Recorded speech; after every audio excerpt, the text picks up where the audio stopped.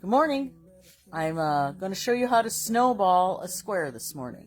So this is the square I'm going to use, and these are the corners I'm going to use. So again, we're going to draw our line diagonally from corner to corner with one of these markers that disappear with the iron. You can use whatever marking thing that works for you the best, okay? Okay, so we're going to lay it across the corner on this square, and we're going to make sure the two sides are lined up. And then we're going to feed our leader through again so that we don't have a needle come unthreaded. We're going to put it underneath there. We're going to sew next to the line, like so. We're going to cut our leader back off again. And I'm going to re-sew that through there so our needle does not come unthreaded.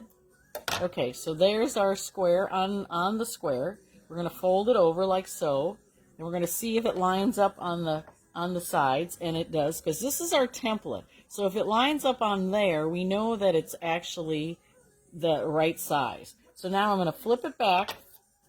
I'm going to either go to the cutting mat and cut it so I have a 1/4 inch seam left, or I'm going to just eyeball it and do like this. And these squares that are left, we can actually use those to make more little half squares that you can use like in a corner for borders or whatever. I'm going to thread my leader back through again so I can cut it off and show you. Alright, so there's our little squares. And these we can be re-squared up and used as cornerstones in our borders, or sew a bunch together to make another border. Okay, so now we have one square on the corner, so that's what our snowball on that corner looks like. Now we're going to do it to the other 3 corners. So again, we're going to lay this on there, line up the 2 outside edges, and we're going to thread it in there and stitch next to our line.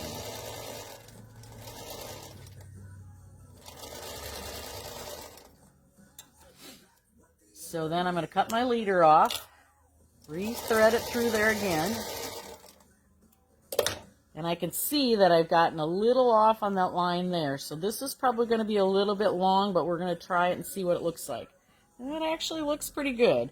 So we're going to actually go back there and just sew it just again, because I do want my line to be fairly straight, because it keeps my square squarer, so that things don't get to start looking wonky. So that looks a little bit better. So I'll cut my leader off, re-thread it through.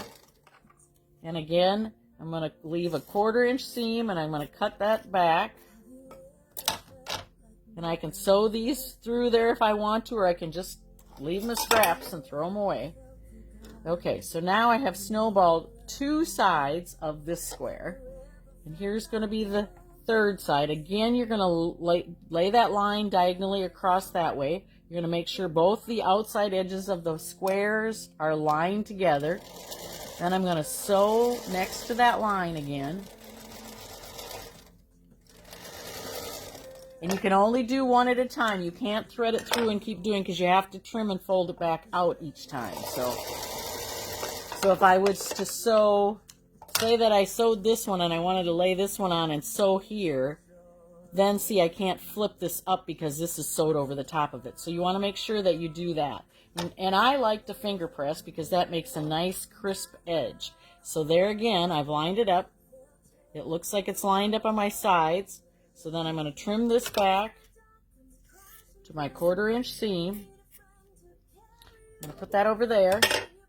So now I have 3 sides of my snowball done.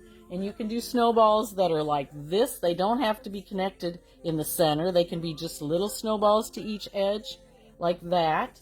Or they can be, like I said, where these ones are actually touching. And you sew the last one on, again lining up your 2 edges, lining them up.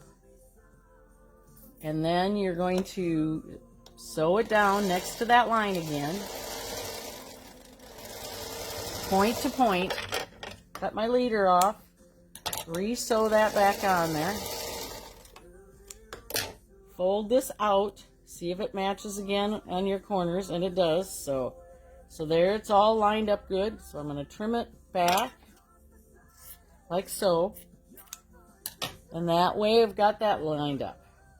So there's a square that's snowball. Now, if you wanted to, what you can do is take a smaller square and lay it on the corner again and stitch across it, and then you create that illusion on the edge. So you can do many things with snowballing on a square. So it's not just a plain square anymore. It's now, you know, become a decorative or a focal point. If you have a piece that you want to frame something and make it show up better, you know, by doing the snowballs, you get that framed around there and it just looks so much more stand out. Okay, so hopefully this video helps you. Thank you.